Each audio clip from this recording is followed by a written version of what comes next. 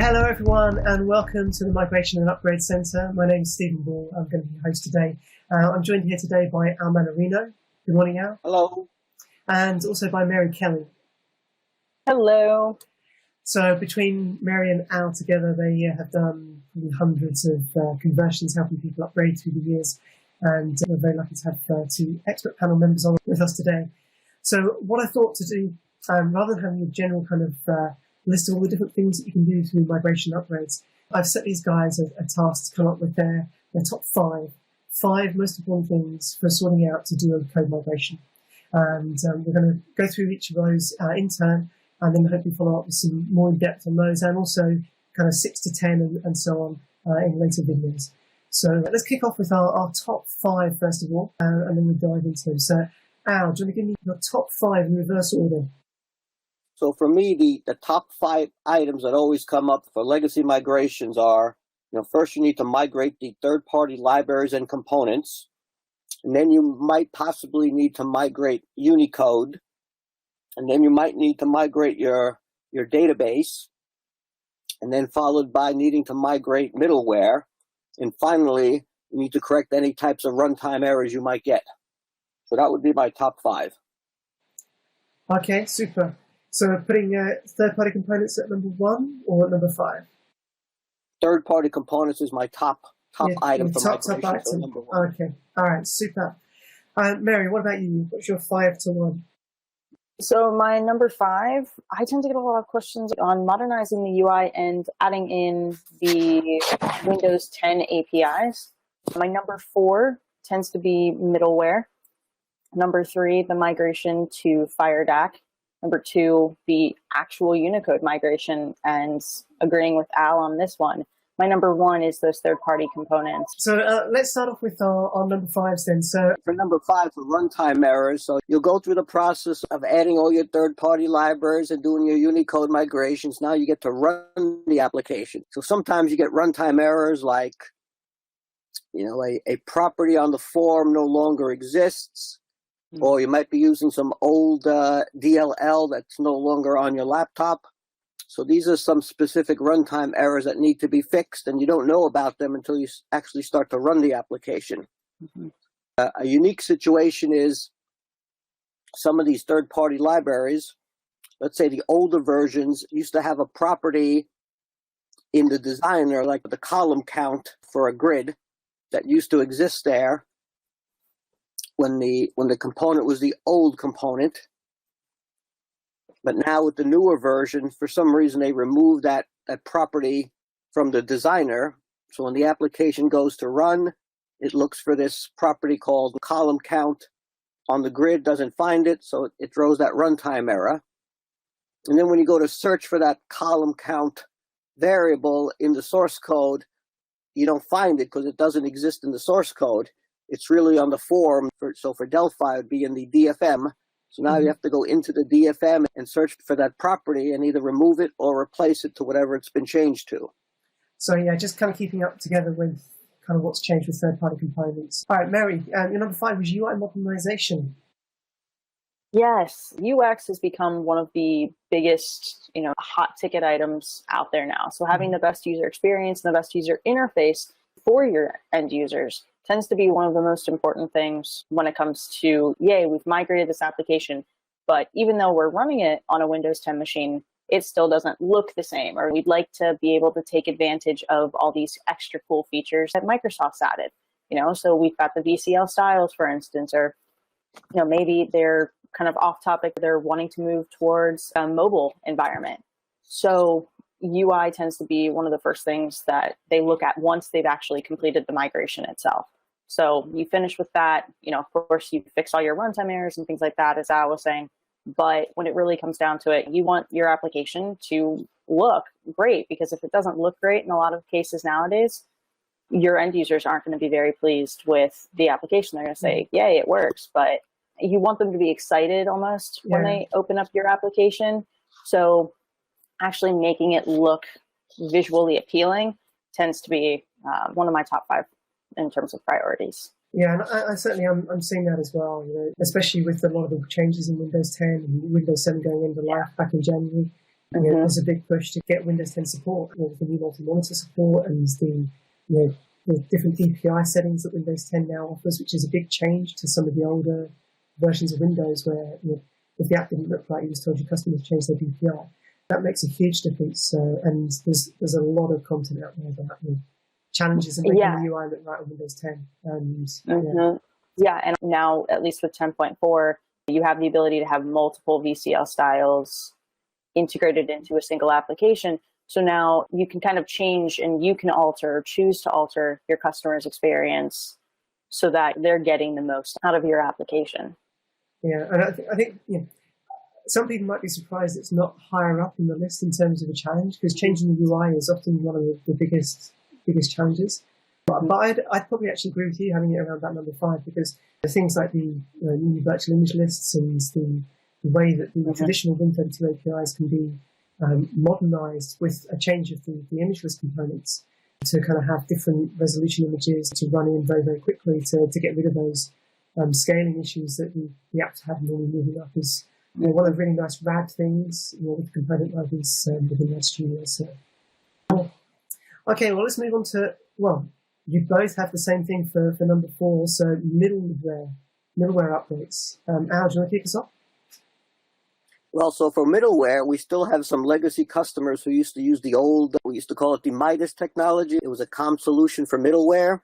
So that technology has either been now replaced with what we call DataSnap, or we have our newest, most performant middleware layer that we call RAD Server.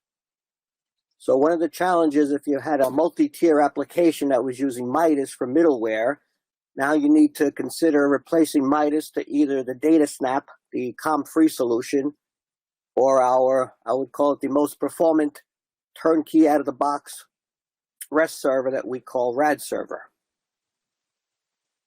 And the good news for that is there's some very good white papers written that show you how to go from Midas to DataSnap, or how to go from DataSnap to RAD Server as a turnkey out-of-the-box REST server. Yeah. Mary, do you want to add anything to that? Al more or less kind of covered the highest level that we can go for that. Most of our customers now, especially web, is starting to also become a huge thing for a lot of them. Plus, they're also wanting mobile devices. So being able to migrate that middleware to something like RAD Server or even DataSnap is actually letting them expand what their application base and who their user base is, which is, again, a big push that we've had. Mm-hmm. Yeah, it's great, especially with the DataSnap being able to easily move the old Midas elements up, because it's all still based on the Midas technologies and the remote providers. It's actually quite an elegant migration path as well, so that's pretty cool. Okay, so number 3s, we had Al was saying database migration, and Mary was saying moving around to FireDAC. So Al, let's start with you. So database and migration kind of go together. So I'm still amazed at how many people were still using the old BDE, the Borland database engine. Back in the day, if you go to like Delphi 3, Delphi 4, Delphi 5, there were a lot of folks using the Paradox database and the DBase database using the Borland database engine. So I think it's been like over 15 years now we've deprecated the BDE. So we keep telling people to get off of the BDE, but for whatever reasons, they like to stay on the BDE. But you can no longer use the BDE because it's not been upgraded for the last 15 years. It's never going to support Unicode. It's never going to have 64-bit support. So you need to migrate off of the BDE to a much more newer, performant data access component. And our newest, most performant data access component we call FireDAC. To make that migration easier, we include this utility called Refind that knows how to automatically migrate from the BDE to FireDAC. So the good news is you don't have to spend or waste any time migrating off of the BDE to FireDAC. Just run this utility we call Refind that will search and replace all your BDE syntax and replace it with FireDAC equivalent. Mm-hmm. Yeah, that's pretty cool. Mary?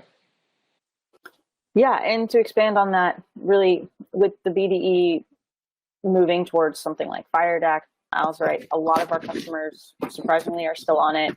And really, if you're wanting to migrate anyway, you should get off, because Windows, especially with Windows 10, it's sort of made the technology fairly obsolete. So you're always going to start to run into more issues, especially down the line. Moving towards something like FireDAC, yes, using the refine tool, you're able to take that data or that BDE component, migrate it very easily to a FireDAC component. But then on top of it, because of the way that FireDAC works in that sense, you're moving more towards queries rather than, you open up a table and then you're able to filter through it. For instance, if you're using a Paradox database rather than, something a little bit more SQL based in terms of newer technologies, you're also able to be a little bit more efficient about how you're accessing the data and what data that you are accessing as well. Plus, you get some added security features and things like that by moving from certain databases towards some of the newer ones that are out there. And security is a huge thing that comes in the world of, databases and database migrations for data accessing as well. Yeah, so, it's a very hot topic right now, isn't it? Yeah, definitely. And so moving towards a product like, FireDAC, that's actually going to be able to not only just give you the BDE where, yes, you had access to, your database as a choice, but, you're opening yourself up as well now to SQL Server, Interbase, Oracle databases as well. And you're also getting a lot of the very specific features that are in those databases as well. So you're actually able to interact with them at a much better level. I think if we look back on the BDE, it was way ahead of its time. And it's a bit like the old Betamax and VHS battle. It kind of slightly lost out to ODBC in terms of where it was going. But the strength of it has kept it around for a long time, which is proven why a lot of people are still using it. That is one great thing, having FireDAC on board now. FireDAC originally was written to be a complete replacement for what was written by Delphi developers who needed to move off the BDE and didn't like the DB Express approach. I think the DB Express was fine, but it's always that problem of being unidirectional data sets, only being able to go through the data one way. You can put client data sets on to get the bidirectional support, whereas with FireDAC you don't have those problems. But one of the other things that I've seen quite a bit of, and certainly I know from the surveys, and there's still a lot of people using ADO. And one of the things with ADO is, I guess from a migration strategy point of view, we still have ADO in the box. So if it's there and it works, but I see a number of people who have problems with ADO because it is kind of this black box that just sits there. And they've had cases where they've updated their version of Office and all of a sudden kind of the ADO stopped working. And it's trying to work out and understand what's happened there. And I know there used to be some of these dark downloads you could get to get the ADO drivers and bits, but a lot of those have kind of disappeared now. So for me, the BDE is it's long gone. I'd be as worried and really encouraging the guys who are on ADO to move on to FireDAC as well, just because of the transparency that you get with it.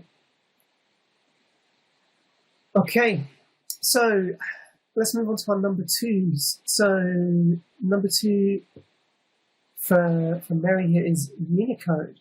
Well, specifically with Unicode, obviously it's a huge process. Once you've gotten your third-party components and things like that migrated, you're actually able to open up your application and you finally run it for the first time and you're like, oh my gosh, there's just an exorbitant amount of changes that have to be made to this code.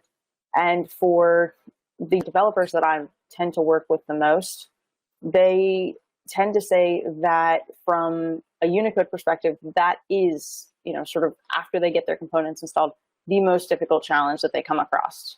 Just because of the fact that there are changes if you were using C++ versus Delphi, for instance. With C++, a lot of things have changed. Not only just the language itself has changed. We've moved to a point where you can actually upgrade to, instead of using 03, for instance, for C++, you can now use 17.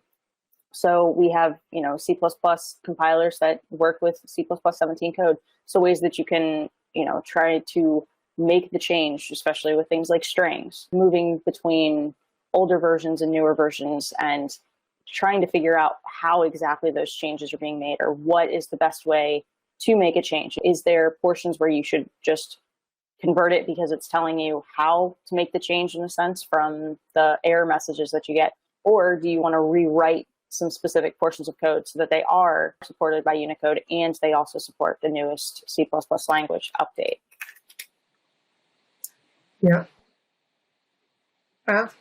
You have Unicode down as number 2 as well, so. Good, Mary and I already think. So yeah, Unicode is an interesting item. A lot of people believe Unicode migration is a lot harder than it actually is. So the first question I ask folks is, does your application need Unicode, or can it live as an English-only application like it is now?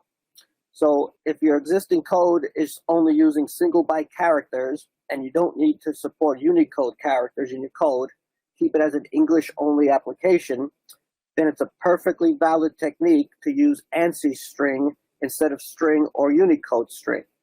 But if you want to go full forward for Unicode, there's a wonderful utility I point folks to called the Unicode statistics tool, also known as the parser executable, and it returns some type of objective measure on the complexity of your Unicode migration. So I ask folks to run this Unicode statistics tool on their application, and it checks if any Unicode changes are needed. So it's a misconception that just because you're using 1 million strings in your application does not mean you need to make any Unicode changes at all. It really depends on how you're using strings and chars in your application. So it could be as little as 0 Unicode changes are needed. You just don't know yet. And the good news is the compiler is smart enough to tell you where and if any Unicode changes need to take place. So in all of our experiences, the Unicode migration has always been a lot easier than folks think it will be. And the good news is after you go through the Unicode migration, your code, either Delphi or C++, is now 100% Unicode enforced, allowing you to now distribute that application to larger markets for supporting Unicode characters and Unicode strings. It also makes upgrading between the versions in the future a lot easier. So if you have the plan to keep this application, kind of going for a lot longer times as well, you're not going to have to worry about, there being major changes in technology with the operating systems or, something that can end up affecting the application that you were running beforehand. Applications built with Delphi 6 or C++ Builder 6, you start to think, oh, well, how is this application really going to run 5 updates or 5, years from now with Microsoft? They make some crazy changes and all of a sudden your software might not work in some cases.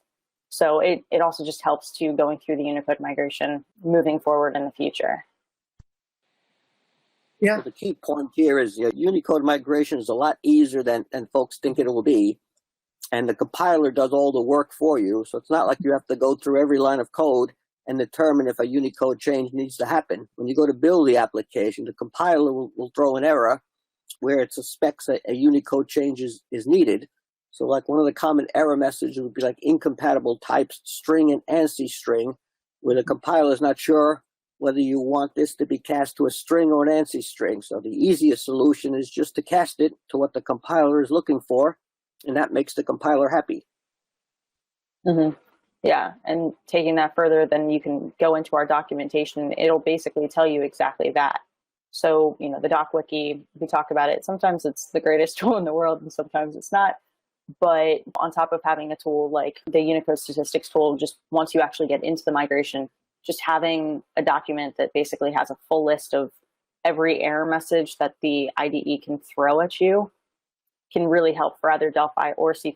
So that as you're going through the migration, you say, oh, this is E2022 or something.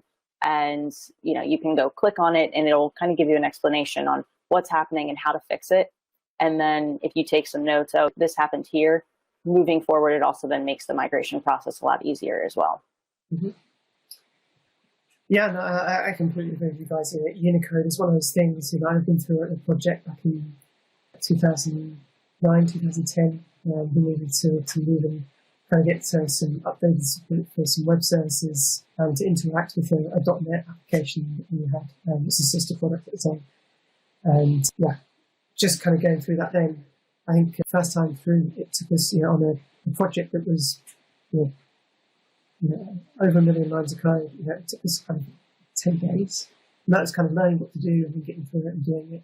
And it's more kind of quite a repetitive task back in those days because the statistic tools just didn't, they weren't around quite at that point, and they hadn't matured through.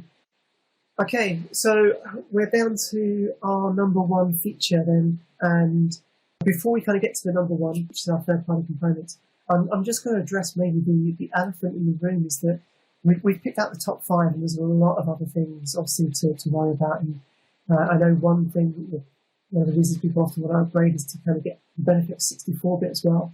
I'd probably be down around about 8 or 9 in terms of my priority because it is so easy with RAD Studio to migrate through and take all the existing code from 32 to 64 and having new compilers in there. It makes it very, very easy. So we'll leave that one for another time. But let's get into our number one, which is third-party components. So Al, do you want to kick us off? So one of the first questions I ask folks with their legacy applications is, what third-party libraries and components are you using with your legacy Delphi or C++ Builder projects? Because all of those third-party libraries or plugins need to be rebuilt with the current version of Delphi or C++ Builder that you're using. Now, having the source code for these components makes it easier because you can just take that existing source code, drop it in the current version of Delphi or C Builder, and rebuild it. So now you have a library that will work with the current version of Delphi or C Builder that you want to work with. Any third-party libraries or components that don't have the source code still need to have the upgraded version for the current version of Delphi or C++ Builder you're using. Now, to make this process easier, the newer Delphis now have this utility called the Get It Package Manager, where we are currently hosting about 250 of the more popular third-party libraries and components that folks are using. So there's a good chance that some, if not all, of the third-party libraries components you're using are part of this Get It Package Manager that you can search for, find, and install directly into the IDE. So that saves you a lot of time and effort trying to find a version of these third-party libraries and components that are compatible with the current version of Delphi or C Builder you're using. So many of them are the open source versions of these third-party libraries and components like JEDI, or the Turbo Power packages like Orpheus, SysTools, Lockbox. Plus, we also include trial versions of some of the commercially popular packages like from TMS or Wall-to-Wall.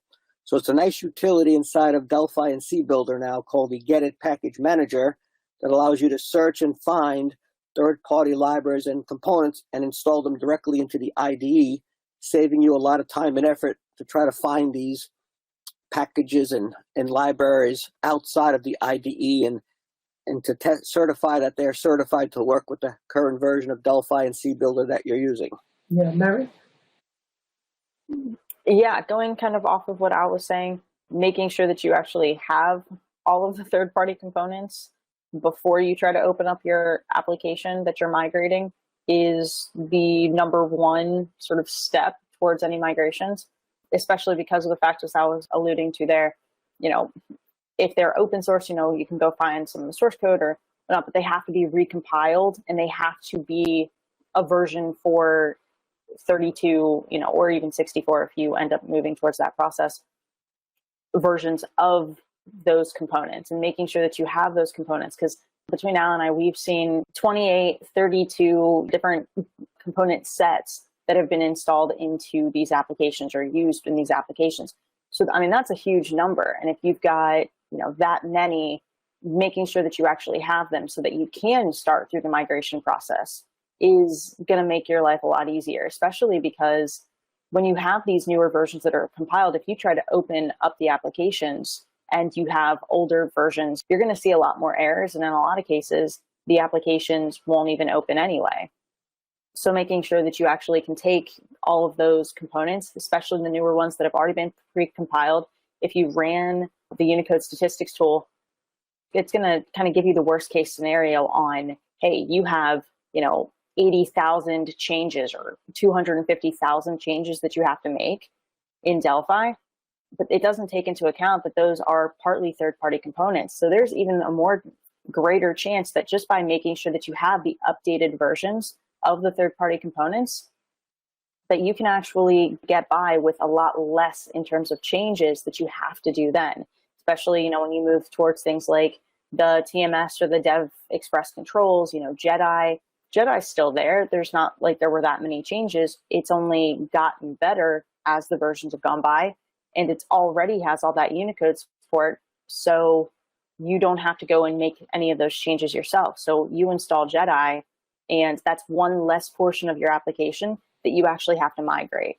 And that's one less portion of Unicode that you have to go through, which, as we've determined, Unicode's a big deal. So it just really does make it easier. Yeah, no, absolutely. And I think one of the things to look out for as well in terms of third-party components is, especially when you see kind of large amounts of third-party components, is there stuff now within Delphi that you can use rather than having to use those components? We've used things in the past for XML or JSON parsing, and I've seen that with customers. Okay, well, the only reason you're using this is because of that. Well, actually, you factor that through, and off you go. And it's a great reason to make sure you've got the source code. We'll wrap this up now. Thank you for joining us, watch through, and to kind of hear about the top 5 things from our migration experts. We are going to be following on, having some deeper dives and pointing to some more resources in the future. But for now, happy coding. If you do get stuck, we are here. We also have professional services that are available if you want our team to help you with your migration work as well. But for now, thank you for joining me out. Thank you, Mary. Thank you, Stephen. And thank you. Take care. Cheers, All right, now I'll leave you with, migrating legacy Delphi and C++ builders a lot easier than you think, and Embarcadero is here to help.